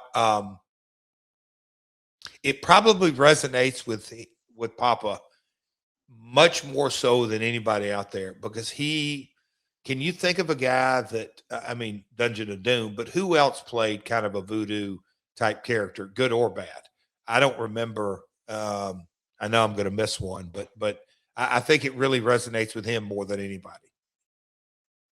I love the idea of there being some sort of on-screen pairing, just a cameo at a WrestleMania or a Royal Rumble. I'm not saying that the real life Godfather's ever going to wrestle again, but if he gets in full blown Papa Shango swag, they can do all kinds of funny skits together, all kinds of merch opportunities. I love what Danhausen's doing, and I love how seamlessly it's crossed over into the mainstream. Like this, I don't know, and I mean this sincerely. I don't know that anyone has benefited more from the WWE ESPN relationship than Danhausen.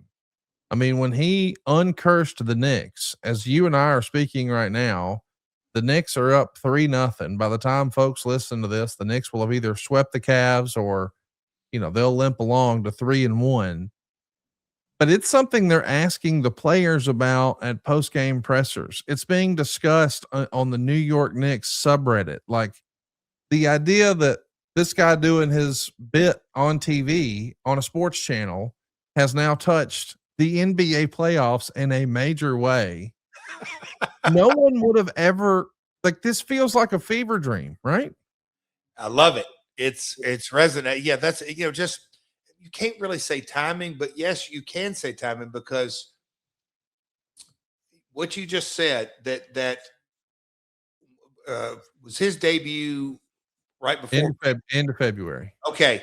He debuted. That's why timing. He debuted in WrestleMania season with ESPN's car wash being in that. Somebody within WWE Creative said, "Hey, we've got Cody, we've got Drew, we've got Roman, we've got some serious stories. How can we make this fun?" I tell you what, why don't we put Danhausen on one of the panels, and just the momentum. So aligning of the stars is, to me, there's a lot of factors. I don't think you can put your thumb, that's what I'm trying to say, on any one thing, but it has clicked on the timing. It feels to me like, and I don't mean this ugly, I know that there's a lot of people who are not fans, and I understand that, but he's going to be the new Miz. He's going to have a job here for life. He's going to get paid really, really well. He's going to become synonymous with WWE. But the idea that we're like less than 3 months into his debut and he's already the number 2 merch seller and people are talking about him during the NBA playoffs. What? Go ahead. I'm sorry. Here, I jumped off the page. You said the new Miz. How come he's not the new Truth? Just curious. Well, because the Miz goes and does all the mainstream stuff. Got it.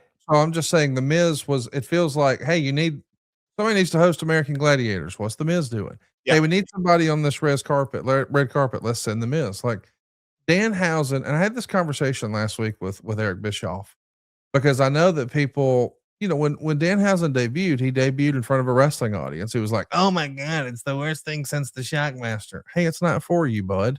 It's for your kids, and it's for the casuals, and it's for mainstream. And and I know they tried this with Gobbledygooker once before, but this is the fucking mascot that Vince McMahon has been looking for since 1990. It's right here. It's Danhausen, and he's going to be here, and he's going to be the mascot. Like he is, he's Mr. Met. Like he's the Philadelphia. He is that. And I know that there is a large portion of wrestling people on the independents who are trying to figure out how to be the next Will Ospreay and how to be the next Kenny Omega. And Lord bless you. I hope it all works out. But there is a space for a guy like that. And you look at a guy like, when you total up, and we're not going to speak out of turn here, but imagine if you totaled up Miz's career earnings. It's unbelievable, the continued employment that he's had the entire time. And oh, by the way, main evented and beat John Cena in a WrestleMania along the way. But it was because he understood how to be engaging and how to be witty and how to be sharp. And I think Danhausen having a more theater kid / comedy approach. I mean, the person he looked up to respectfully was not AJ Styles or Samoa Joe. It was Conan O'Brien. And he happened to love wrestling too, but I'm saying that I think allowed an opportunity for something different than to really resonate. And maybe everybody didn't see it once upon a time, but everybody does now. Do you think there's more of a place for more Danhausen type characters? I don't mean like a voodoo character. I mean not the Bill Watts recruited. Hey, he was a D1 athlete. He played college football at LSU, or hey man, this guy was a badass NCAA champion in Oklahoma and wrestling. No, this is a theater kid who did comedy, who understands how to entertain. Like, are we going to see more people coming through the Groundlings or Second City? Is improv going to become a bigger part of wrestling, do you think, as a result of this? Because when you set loose an AJ Styles in TNA, look at what it inspired. The Will Ospreys on down the line. Will the Danhausen thing be inspiration for a new generation, do you think? I'm going to pull a character out of the blast from the past that is not really wrestling related, but he got so hot, it kind of worked in reverse. He had appearances, and I remember as a high schooler, and I'll let you put this in a Google machine, but there was a time that a character in baseball called the San Diego Chicken that just exploded in the baseball world. And he started touring because he was a San Diego Padres mascot. And I may get all this story way out of whack, but he got so hot. I remember Lawler and my dad hired him for Monday nights to be a part of it as an attraction that, like, what are we doing here? To say, of course. And they monetized it and it worked. And I think they had him back. But I do, is it going to inspire? I think without question it is. It is, but it's just so much, we can talk about it. Easy to talk about it. This is going to be inspired, but you've got to figure a way for it to kind of work. And that's something that this may sound crazy, Conrad, but I'm going to throw it at you. I believe that Danhausen has paid his dues. I mean, the independent, he kind of learned the uniqueness of how to fit in. Probably you said his background, but also there is a different cadence to wrestling and how am I going to fit in? So I don't know, but yes, it's going to inspire different folks out there. But you look at how many people is going to be inspired by the Paul brothers on both sides, on both careers. It's, you brought up AJ. It's the inspiration that this generation's always Michael Jordan. He inspired a whole nother generation of, I got to get on top. I got to get my own shoe brand and I got to go dominate the game. At the end of the day, the cream's still always going to rise to the top. If you were TKO, I'm not kidding. Okay. I think the entire basketball world expects the Knicks, and this is not, boy, they really are cursed if we screw it at this point. But after being up 3-0 before they play tonight, by the time people listen to this, they know what the outcome was. But it looks like we're going to get the Knicks in the finals in Madison Square Garden for the first time in, I don't know, 33 years or something crazy like that. So I'm saying all that to say, like the first two tickets that sold courtside, front row, on the floor for a game of those finals sold for $296,000. Now I'm not pretending that is actually, what's that? What game? The finals with the Knicks in them. 296 for 2 tickets. Yes, sir. So I'm not suggesting that WWE would fork that over, but if you're TKO, don't you have to beg, borrow, and deal to get Danhausen courtside? Just the visual of him on the big jumbotron doing the "You Are Cursed" during the NBA finals, like that would be something that would be bigger than just the moment we're living in now. When they break down the story of whatever's happening right now with the Knicks and they do something on ESPN 30 for 30, 20 years from now, they're going to talk about the motherfucker in the front row doing the "You Are Cursed" in the crazy paint. Would they not? TKO don't have to, Ari's just got to make a call. Yes. There's upside across the board. I thought you were going with like buying tickets. That guy spent $500,000 on basketball tickets. The guy out in LA. Oh, what is his name? But he's a spectator that loves his basketball. Dad from Indiana Jones, by the way. Yeah, I'm talking about. I forget his name, but no, I mean, if Knicks are going to the finals. They're not losing 4 in a row. Sorry, Cavs. So they're going to get there. And when they come to the Garden, you better believe I loved it when Jalen Brunson was asked at the presser, and hey man, I hadn't been on social media. I can't really comment. I'm thinking, sure, you hadn't been on social media to see all this, but that's a smart way to kind of dance around it. But yes, we will see. I mean, it goes back to the 90s. The Bulls, Karl Malone, Dennis Rodman talking about Nitro and all that. It's again, professional wrestling ebbing in and out of pop culture. This is going to be front and center. Yes, I mean, here's a funny fact. So in Cleveland, oh, that girl I used to babysit for, Taylor, was there. Did you ever think you'd see a day that Danhausen's probably going to get more buzz at being in a professional sports game than Taylor Swift? I think we're here, Connie. Goldstein is who we were thinking about, the crazy Lakers fan who has been to over 5,000 games, and he spent just an absolute arm and a leg on those tickets. But the idea that, think about this, imagine if we were to rewrite history and we were to go back and say, hey, do you remember the Shockmaster debut when he fell through the wall and his helmet came off and he busted his ass and was publicly humiliated? Well, less than 3 months later, he was all over ESPN uncursing the team heading to the finals in the #1 media market. And he was also the #2 merch seller in the company behind the top dog QB1, the WrestleMania main event 4 years running. It feels like make believe. It feels like a power move, just like how hiring Morgan and Morgan is a power move. You may not know this, but Morgan and Morgan is America's largest injury law firm. They've got over 100 offices nationwide with more than 1,000 attorneys. And check this out. They've recovered more than $30 billion for more than 500,000 clients. Needless to say, Morgan & Morgan has a proven track record of fighting to get you full and fair compensation.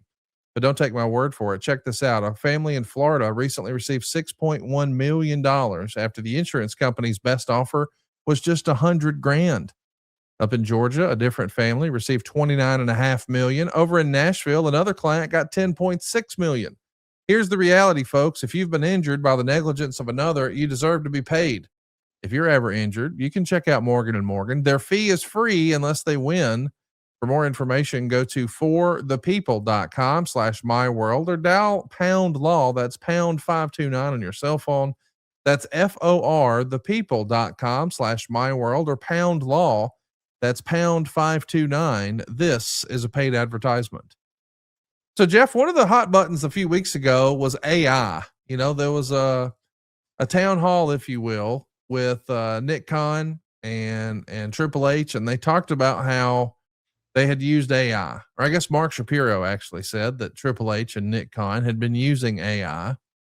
And of course, the internet ran wild with this. I want to frame this properly. Shapiro's quote was, Nick and Triple H are using AI for storylines with WWE. What's resonating? What superstars are resonating? In what pockets of the country are they resonating? That helps us, obviously, with our content, our editorial, our creative, our mapping, our touring, and of course, maximizing revenue and getting our product out to the fans most in need of it. Now, of course, the entire internet ran wild with the idea that Triple H is just going to grab his phone and say, hey, give me a Backlash card. And of course, we know that's not reality. But there is a Gallup poll that says that 45% of office workers here in the United States, Jeff, use AI several times a week. How many times a week do you think you use AI, Jeff?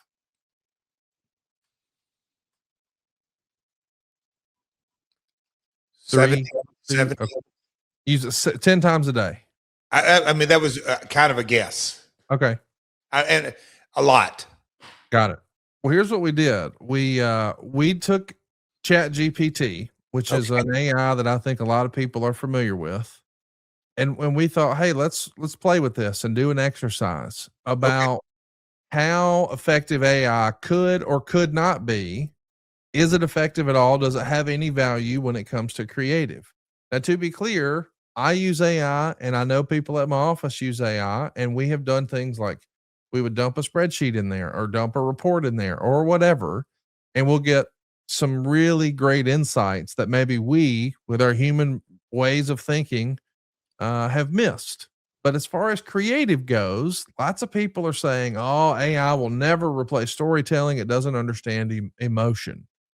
So we're going to put it to the test. We're going to book a card here, if you will, with the help of a guy who's booked more than you and I will ever remember. That's JEFFJARRETT. So what we did is we took Chat GPT, one I felt like a lot of people were probably familiar with, and we said, hey man, help us book AEW Forbidden Door. So what we've done is we prompted Chat GPT with this phrase, quote, book MJF storylines leading to a big Forbidden Door. Explain what both MJF and his opponent do in the storylines to make this a worthy main event. And here's what Chat GPT gave us. Here's a main event level layered build for MJF leading into AEW X New Japan Forbidden Door, grounded in current momentum, him regaining the AEW title at Double or Nothing 2026, and designed to be intentional, personal, and dangerous. So here's the core idea that they're giving us for Forbidden Door. Now, to be clear, this is not what AEW is doing. This is what Chat GPT suggested. MJF versus Will Ospreay. And the theme is your company versus my legacy. MJF is AEW's loud, arrogant champion who resents Forbidden Door. And Ospreay is the global ace who represents and defines Forbidden Door. This isn't just a match. It's a battle over what AEW represents. So the first week or two, the narrative here from Chat GPT is, I hate Forbidden Door, Jeff. So fresh off of his title win, MJF is going to open Dynamite, and he's going to call Forbidden Door a charity event for indie cosplay wrestlers. And he says AEW doesn't need New Japan, CMLL, or anyone else. And he claims, I beat your heroes before, and I'll embarrass your gods again. And this, of course, is playing off his real history. He mocked New Japan before and barely agreed to face Tanahashi in 2023. He's going to win through shortcuts. It reinforces his arrogance. And it does sort of advance the angle, according to Chat GPT, because MJF is refusing to defend the title at Forbidden Door, and Tony Khan is teasing consequences. So we'll stop right there. What do you think of the match it came up with and the overall story, and then the week one execution of MJF saying, we don't need any of these guys. I'm better than all of them. What do you think of how Chat GPT has done so far, Jim? Well, and I'm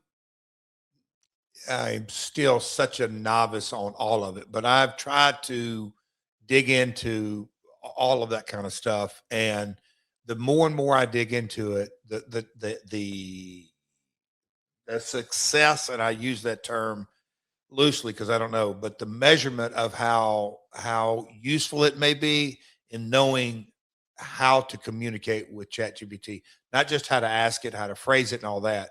That being said, I know contextually that Ospreay versus Max can't happen in AEW storyline purposes because Will is in the Owen, and the Owen's going to be decided, at Forbidden Door, which will get you into a shot the following month at All In. So that bit of information I probably isn't put in there, if you will, but the different things I've seen, some YouTube shows, but more than that, X clips on different folks, Mark Anderson or something. There's a couple of different guys out there, and they just it is amazing to me. And one of the phrases that that jumped off the page at me about AI was, if you don't think every doctor in the world now is using AI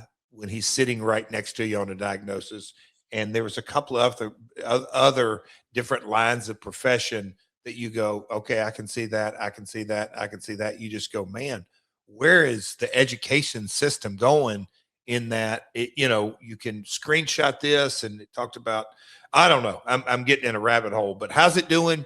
I think the AI failed right out of the gate because it didn't have the piece of information that, Ospreay Max is a mega box office attraction, but it's a month early.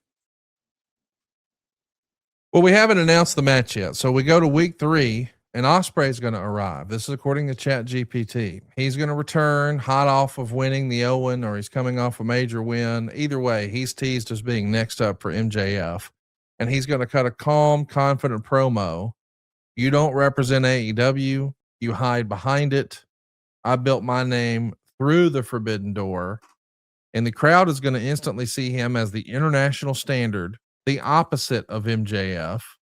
And the key moment here is MJF is going to try to cheap shot him, but Ospreay is going to outclass him physically. So that's what ChatGPT recommends for week 3. By the time we get to week 4 and 5, this is when we move to escalation, or as ChatGPT calls it, prove it. MJF is going to refuse the match unless he has a few conditions. Ospreay wins a gauntlet of outsiders.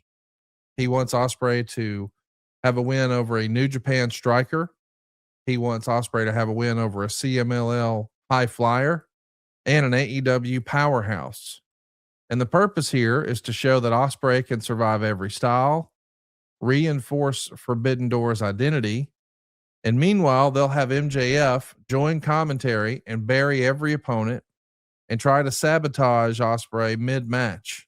And he's still going to avoid direct confrontation. So this is what we're doing in weeks 4 and 5, the gauntlet of outsiders. What do you think so far, how ChatGPT has introduced Will Ospreay as the guy who has earned the right, and now MJF trying to put him through the paces, at least in story? And I like, I think you could tweak and figure out a way. I don't know. That's nitpicking it. I love the gauntlet idea of, I think you could get a lucha guy. I think you could get a couple of different, Japanese. I think you could get a whole, I'll say roster, but 7 guys of a gauntlet type deal with different styles that, hey man, prove your worth here. That could really be good TV, and, MJF leading into the character build of both guys. I like that. I mean, AI, ChatGPT, well done. I think there's something there that you could. I think you need little tweaks, bits and pieces to tie in loose ends. Well, something that you'll need to never tweak again is how your dogs are feeling thanks to Better Wild. They're a sponsor of our program and certainly a staple in our household. My dog Ginger, Lord bless her, she just turned 11 last month, and I thought she was slowing down, but not thanks to Better Wild. My mom recently visited not too long ago and said, Ginger just looks like the happiest dog. It looks like she's smiling. Now, Ginger's been in my mom's life for more than a decade. She's never said that before. What's the difference? Better Wild. If your dog tends to itch or scratch or rub or lick their paws or shake their head or eat grass, or maybe they have itchy ears or they're prone to ear infections, or maybe they get red rashes or red spots or skin infections, or maybe you see that they've got diarrhea or poor digestion, I want you to know these aren't normal dog behaviors. They're actually signs of allergies. And what I've learned is that allergies often start in the gut when it comes to our dogs. Things can get out of balance internally, and then it shows up everywhere with issues with their skin, their ears, their digestion, even their energy. Just like us, dogs need good bacteria to strengthen their gut and calm down their overactive immune system. That's why the wife and I have started using Better Wild Allergy Relief Soft Chews for all 3 of our pups. These are designed to support your pet's allergy defenses by strengthening digestion and helping restore healthy balance from inside. These are the first and only chews with the Ancestral Advantage Wolf probiotics and natural ingredients, proven to help reduce itching and support gut, immune, and skin health. So instead of just covering things up, you're actually supporting your dog at the source. Better Wild is committed to helping your dogs with clinically proven, veterinarian-approved solutions that you can feel great about. And right now, Better Wild is offering our listeners up to 40% off your order at betterwild.com/myworld. That's betterwild.com/myworld for up to 40% off your order. Betterwild.com/myworld. So let's move along here and let's talk about the character work from ChatGPT. And it even puts in parentheses, this is the money. This is MJF's side. He says AEW is his company now. And MJF is going to say that outsiders are leeching off of AEW's success. And he's going to bring back that bidding war mentality, but flipped. Why would I fight for them when I fight for me? And of course, the subtext, according to ChatGPT, here is MJF is terrified of losing his spotlight on a global stage. Now, here's Ospreay's side. Ospreay is going to frame this as personal. You've never left your bubble, but I've conquered the world. And Ospreay represents New Japan discipline, global wrestling pride, and the spirit of Forbidden Door itself. And the subtext here, according to ChatGPT, is that Ospreay isn't just fighting MJF, he's defending wrestling outside of AEW. As we go to week 6, this is the contract signing, and ChatGPT even says this is the go home angle. This is where MJF adds a clause where if he wins, there's no more title defenses at Forbidden Door events, and Ospreay is going to add one back. If he wins, he can defend the AEW title internationally. So now the stakes, according to ChatGPT, actually affect the future of the company. And in the final segment, MJF is going to insult Ospreay's UK roots and his New Japan history, and Ospreay is going to fire back. You're the past pretending to be the future, is the quote from Ospreay. This results in a pull-apart brawl, and Ospreay is going to be standing tall after countering the Dynamite Diamond Ring. So now we're getting to our match. We've built our match. It's MJF versus Will Ospreay at Forbidden Door, the AEW title on the line. What do you think about how ChatGPT has done so far, getting us to the match itself, Jeff? Again, for all my cornbread and very amateur knowledge, it's learning how to work with ChatGPT, but it's pretty impressive that the technology exists for them, because that is some creative chops, if you will, that they're coming up with or suggesting or writing, if you will. I think they're off base a little bit, but at the end of the day, if you're sitting there, and I know you're given, y'all put it in and this is coming out without maybe additional prompts, but damn, Conrad, it's just like, as everyone, well, not everyone knows, but it's pretty clear. If you don't learn how to use ChatGPT or use AI, you're going to be so far left behind. So I'm sitting here thinking on different eras of, dealing with my dad and Lawler using chat, dealing with Vince, dealing with different people, TNA days. You just wonder how the Raw writing room, the SmackDown writing room, Tony, how is he? How just people using ChatGPT or AI in the creative process in wrestling. It's fascinating. But I do think it's always going to be guided by the one storyteller. Here it goes to the match, of course, and here's the match story, according to ChatGPT. This is all at Forbidden Door, thanks to AI. MJF is going to try every shortcut, referee distractions, ring usage, targeting Ospreay's neck. Ospreay's going to survive with athletic counters. He's going to bring his global style, strong style, plus aerial, plus pacing. And the key spots, according to ChatGPT, are a hidden blade countered into the salt of the earth. There's some rope break drama and a near fall after the diamond ring shot with a ref bump. And then it gives us, and this is interesting here, Jeff, it gives us two options for the finish. An option A, which is what they would call classic MJF heat. This is where MJF cheats to win. It reinforces him as the ultimate villain and leaves open a door for an all-in rematch. And then there's option B, which is a star-making moment. Ospreay wins clean. The AEW title becomes a global symbol, and MJF spirals into character reinvention. That's sort of how they left it here with ChatGPT as far as option A or option B. And they explain, here's why this works. It's history based. MJF has always disrespected New Japan and outsiders. From a current momentum standpoint, he just reclaimed the title and needs a massive next feud. For as far as event identity, Forbidden Door thrives on interpromotional clashes. And as far as the character contrast, MJF equals ego, shortcuts, and control. Ospreay equals skill, pride, and global dominance. And it says the final tagline is the devil of AEW versus the best in the world everywhere else. And ChatGPT would even offer at the end, if you want, I can pivot this into a full week by week TV script with promo dialogue included. Yes. alternate opponents, and it suggests Okada, Naito, and even a shocking heel from New Japan, or a long-term arc that carries into All In or Wrestle Dream. So Chat GPT, Yeah. I'm not going to say is going to be replacing anyone's booking, but it might be one heck of a nice booking assistant, No an doubt. assistant booker. What do you think, Jeff?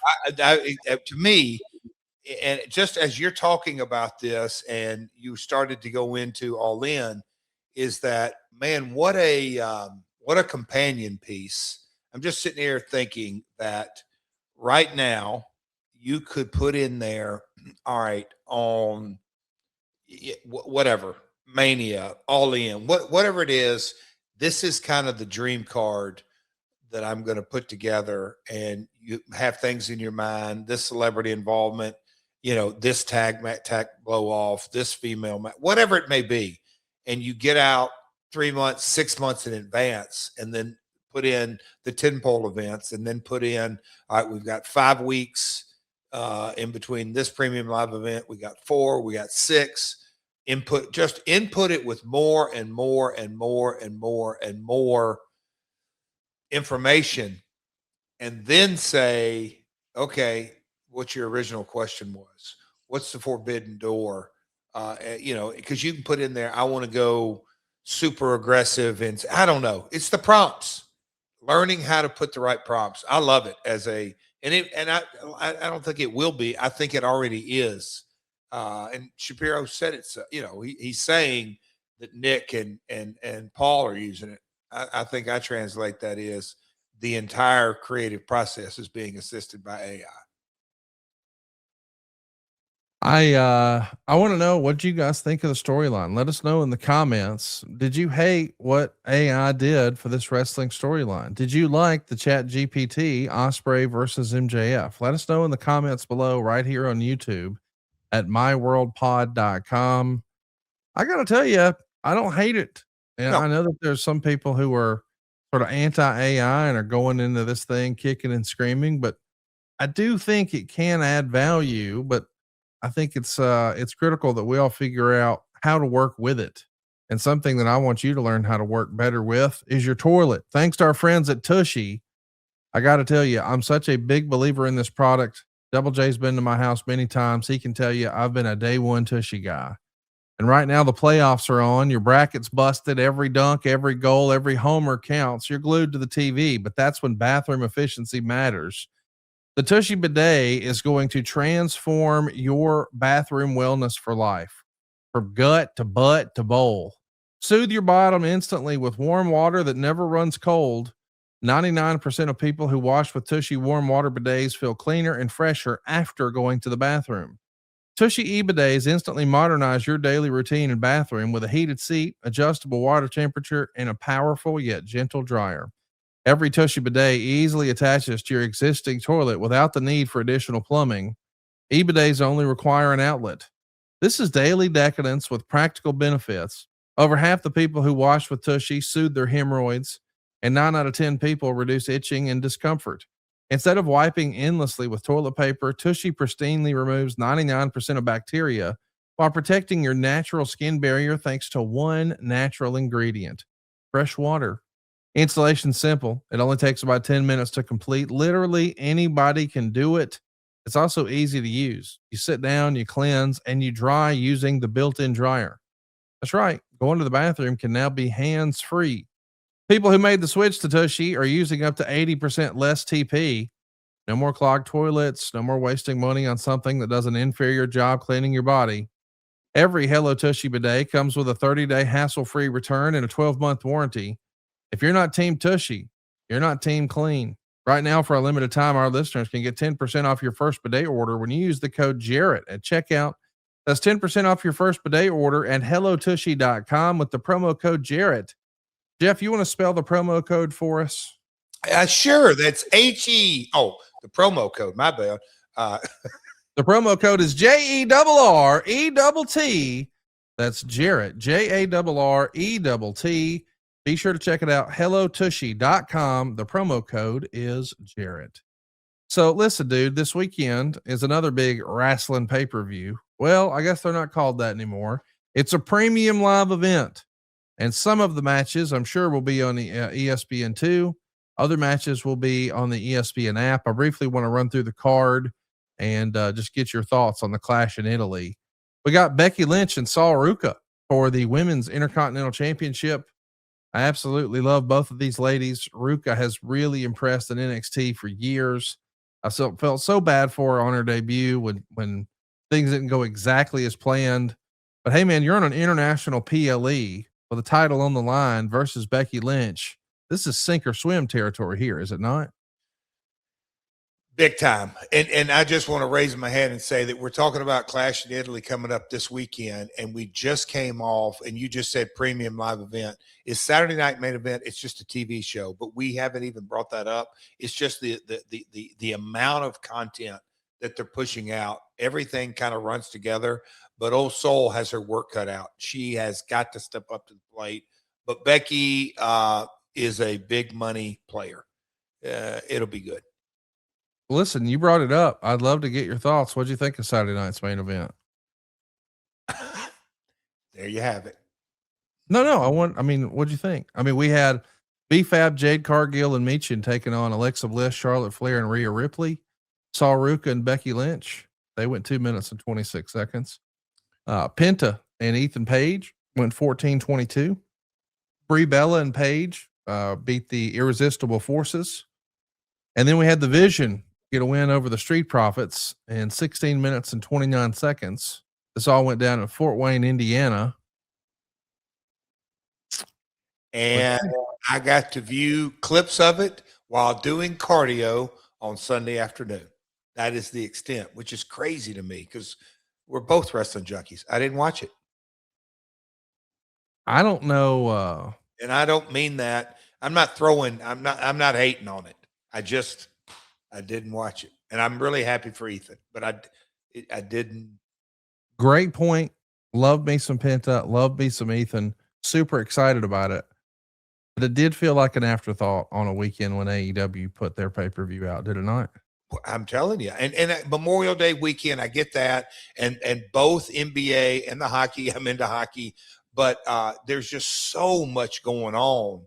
And I get it, but when you look at their priority and being in creative and writing rooms, and you got to whiteboard everything, you just, they're coming off Mania. Then they did the Tampa show, and okay, now we got to go to Italy, and you just saw that little mark on that Riyadh season, so you better make sure that's good. It's just it's really hard, man. I mean, it's really, really hard to make everything feel big.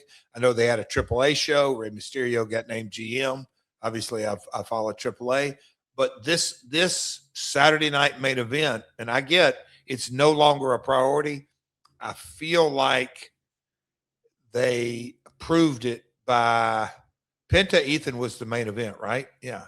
They didn't have the star power on it. And I'm sure by design, but it just wasn't there.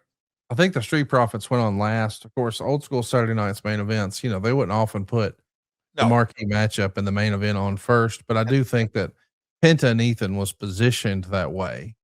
This weekend, the ladies will be back at it. Not just Becky and Saul, but Rhea Ripley and Jade Cargill. They're going to hook it up for the women's championship. This feels like a WrestleMania main event, like when we first saw, Jade make the jump to WWE. I think a lot of people thought, well, eventually this is going to happen. Eventually is this weekend, Sunday, May 31st at 2 p.m. Eastern.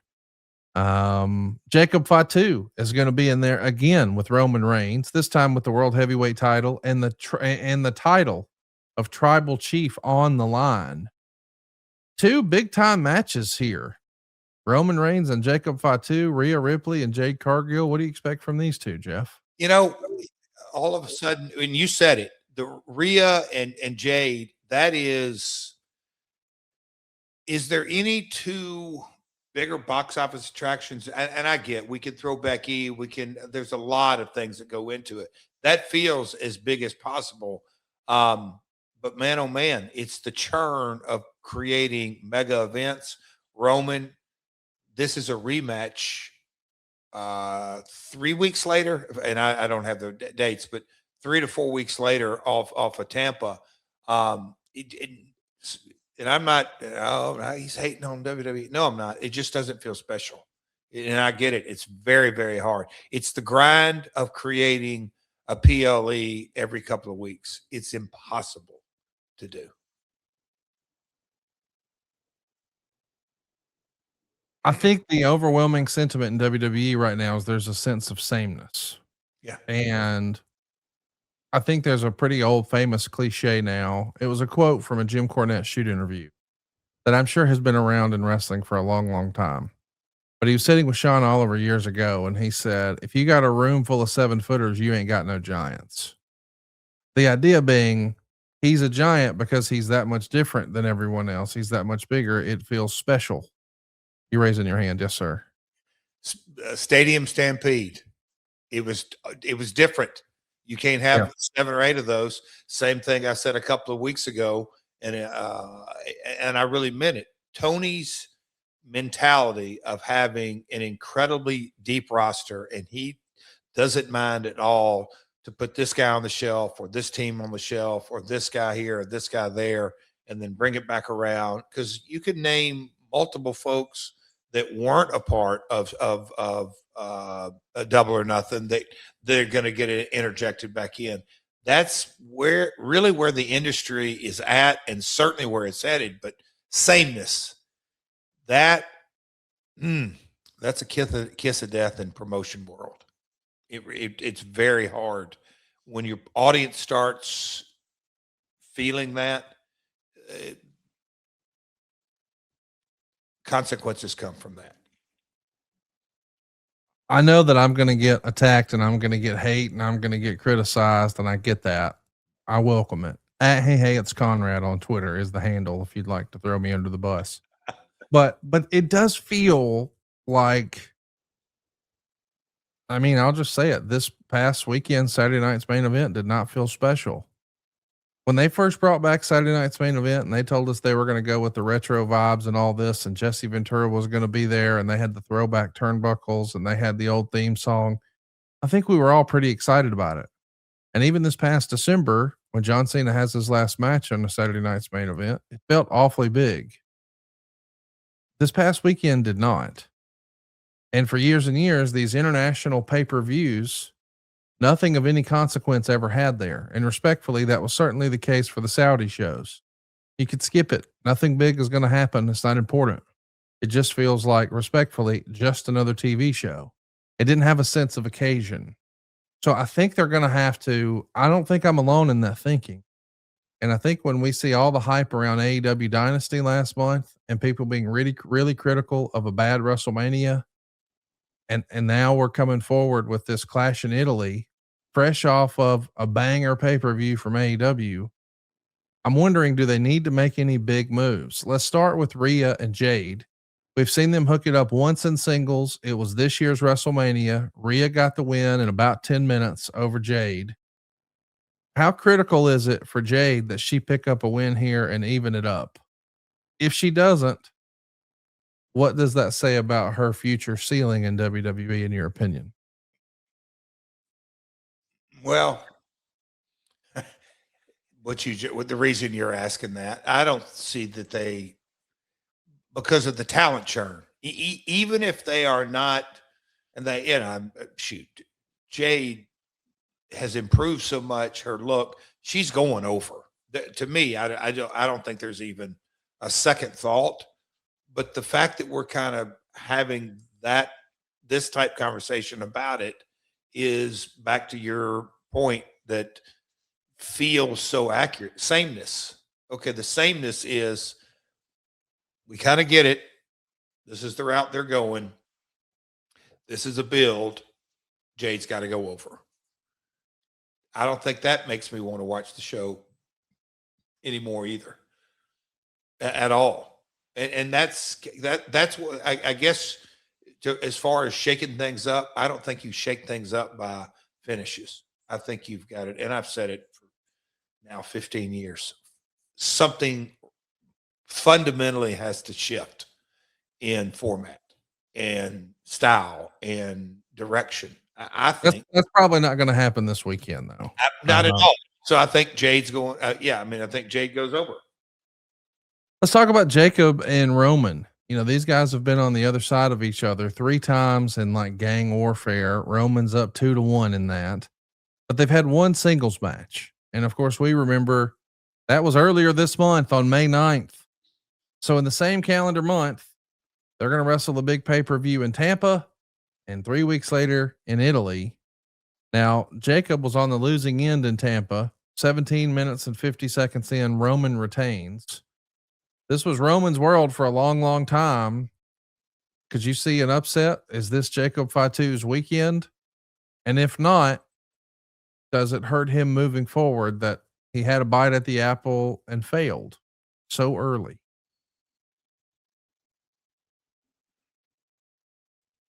I just don't see Roman losing. Um, Interesting. I mean, that it is.